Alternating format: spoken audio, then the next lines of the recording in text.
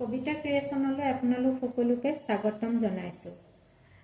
আজি মই ভোট জলকীয়া আচাৰ বনাম বুলি ভাবিছোঁ। মানে বহুত দিন, মানে 3-4 দিনেই হ'ল ভোট জলকীয়াখিনি আনা, কিন্তু মানে বতৰ বেয়া কাৰণে বনাবই পৰা নাছিলোঁ। আজি অলপ বতৰটো মুকলি কৰিছে, মই বোলো ভোট জলকীয়াখিনি অকণমান ধুই ৰ'দত দিওঁ, কাৰণ এটা ৰ'দতেই জলকীয়াখিনি শুকাব লাগে, আৰু যদি এটা ৰ'দত নুশুকায় তেনেহ'লে জলকীয়াখিনি একেবাৰে ঢিলা ঢিলা হৈ বেয়া হৈ যায়। মানে সেইটো কাৰণে আজি ৰ'দ দিয়াৰ কাৰণে মই বোলো আচাৰটো বনাওঁ, আপোনালোককো ভিডিঅ'টো শ্বেয়াৰ কৰোঁ, চাই থাকিব আপোনালোকে। আৰু আপোনালোক সকলোৱেতো জানেই ভোট জলকীয়াটো কিমান ভাল লাগে আচাৰ খাই। এয়া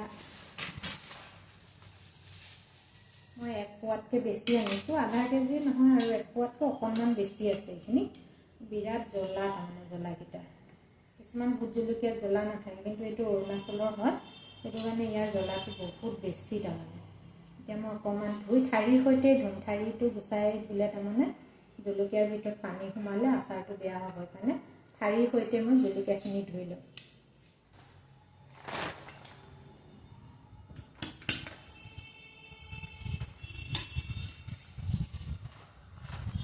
চুবলৈ ভয়ে লাগে, যিহে জ্বলা ভোট জলকীয়াকেইটা, সেইটো কাৰণে মই অকণমান কটাৰীখন দি হেৰি কৰি দিছোঁ, হাত লগোৱা নাই। আপোনালোকে জানি কিমান ভাল লাগে ভোট জলকীয়া আচাৰটো খাই। আৰু যদি অকণমান আচাৰ নাখালেও, ভোট জলকীয়াখিনি নাখালেও তাৰ তেলখিনিও যদি আপুনি অকণমান ভাতৰ লগত লয় নহয়, কিমান যে ভাল লাগে গোন্ধটো। যিসকলে ভোট জলকীয়া খাই ভাল পায় তেওঁলোকে নিশ্চয় জানে ভোট জলকীয়া আচাৰটো কেনেকুৱা। এইখিনি মই অকণমান ছাটৰ ওপৰত ৰ'দত দি আহোঁ। ভোট জলকীয়াখিনি ৰ'দৰ পৰা আনিলোঁ আৰু এটা ৰ'দতে শুকুৱালোঁ।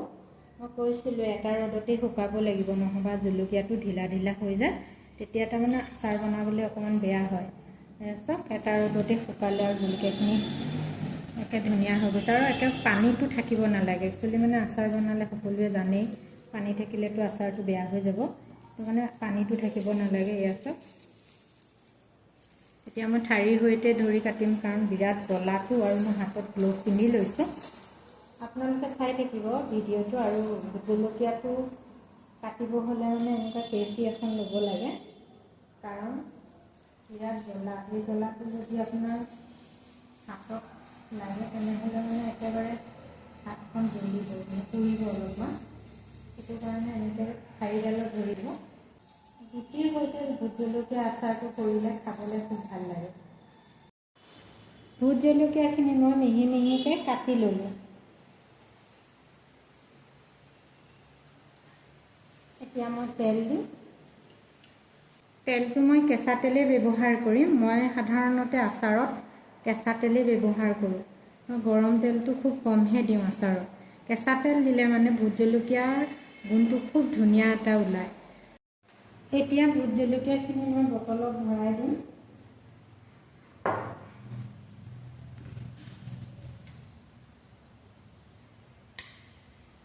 গোটেইখিনি এনেকৈ মই বটলত ভৰাই লওঁ, আৰু বটলটো চাফা হ'ব লাগে আৰু আইনাৰ বটল হ'ব লাগে।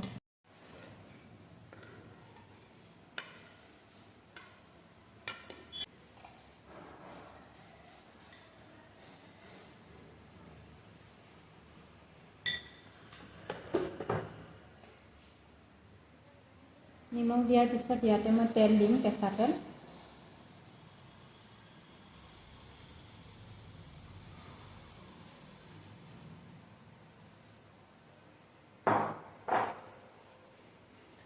বছৰটোৰ কাৰণেতো আচাৰটো ভালে থাকিব লাগিব, সেইটো কাৰণে আচাৰ বনালে অকণমান ভিনেগাৰ দিবই লাগিব, নহ'লে আচাৰটো নষ্ট হৈ যাব।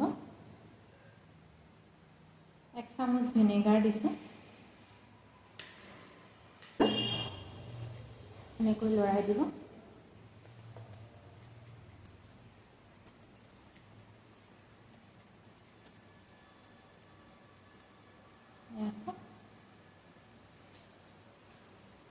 চাওকচোন কিমান ধুনীয়া হৈছে আচাৰটো, আৰু ইয়াৰ স্মেলটো খুব ধুনীয়া ওলায়। আৰু মাজে সময়ে অকণমান ওপৰত এখন চাফা এখন পাতল কাপোৰ দি ঢাকি পিনে তেনেকৈ যদি আচাৰটো আপুনি ৰ'দত দি থাকে, তেতিয়াহ'লে আৰু বেছি ধুনীয়া এটা স্মেল ওলাব আৰু খাবলৈও খুব ভাল লাগিব। আপোনালোকৰ আগত মই ভিডিঅ'টো শ্বেয়াৰ কৰিলোঁ।